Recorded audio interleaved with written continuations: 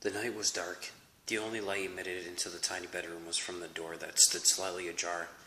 The room was clean for a 4-year-old little boy. There weren't any toys covering the floor and no clothes thrown about the room. The little boy slept soundly. Light snores could be heard coming deep from within his chest. His arms twitched fervently, but became still after a few seconds. The sound of his breathing rang out across the silent room. Seeing the child deep in his slumber, the tiny little man clambered out from under the boy's bed. He was a short fellow, with a quirky mustache set above his crooked lips. His eyes, which were enlarged, set close to his forehead. He had no nose, but his ears made up for that. On top of his head sat a velvet black top hat with 15 little red cards sticking out of the band wrapped around it. He stood up on the hunches of his feet and stretched his tiny body out, a sigh leaving his parched lips. The little boy stared, but didn't wake.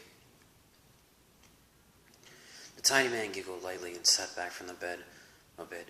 His eyes glanced around the small room, but slid back into the little boy.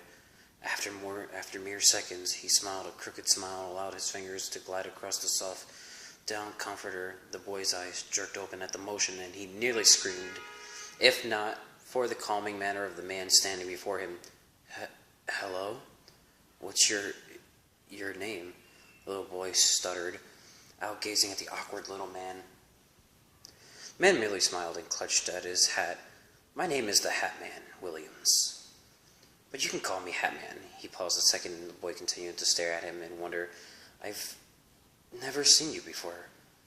What's your name, my dear boy? My name's Jake. We just moved here. Hat Man smiled crookedly and sat down on the edge of the bed. Ah, that would explain why I've never seen the likes of you before. His mouth twitched a little as he said this. Jake sat up in his bed and rubbed at his eyes. His light brown hair stuck up in odd angles around his head. He curiously moved closer to the odd man sitting on the edge of his bed. Why are you under my bed? He asked, his curiosity getting the best of him. Hat Man stood up soundlessly and paced around the room. His expression stayed happy, but his mood turned somber.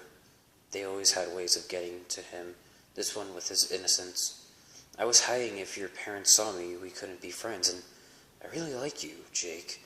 Don't you want to be friends? He turned and looked at Jake's innocent face as he beamed with happiness.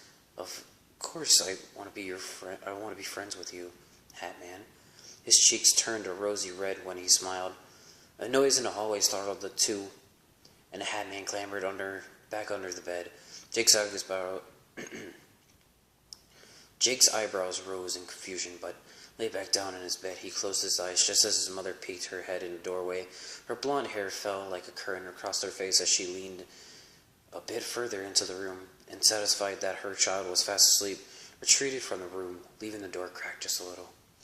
Jake picked his head up from the pillow and whispered for the Hat Man, but he never showed up again that night anyway. The next morning, after Jake had awoken, Hat Man stepped out from under his bed and smiled that crooked smile of his. Jake smiled warmly up at him. Do you want to play with me today, Jake? Hat Man asked, his dark eyes sparkling morosely. His top hat sat askew on his head, the red cards flashing dully in the morning light that shone through the windows facing to his left. You bet I do, Jake exclaimed heartily. He jumped up and down with joy. Hat Man smirked and ran his lithe tongue across his crooked lips. He'd play a game, all right, a game that only he had won. Let's play hide and seek. If you win, I'll go away. But if I win, you go. You get to be my friend forever. At that, he started counting. Jake smiled and ran from the room. His parents were downstairs, and he remembered what Hat Man had said about his parents finding out, so he hid in the bathroom underneath the sink. Hat Man stopped counting and spun around, making sure to check every spot in the room before heading out of it and down the hallway. He cautiously made his way from the boys' room to the spare room, where he found no one but a bed and a dresser.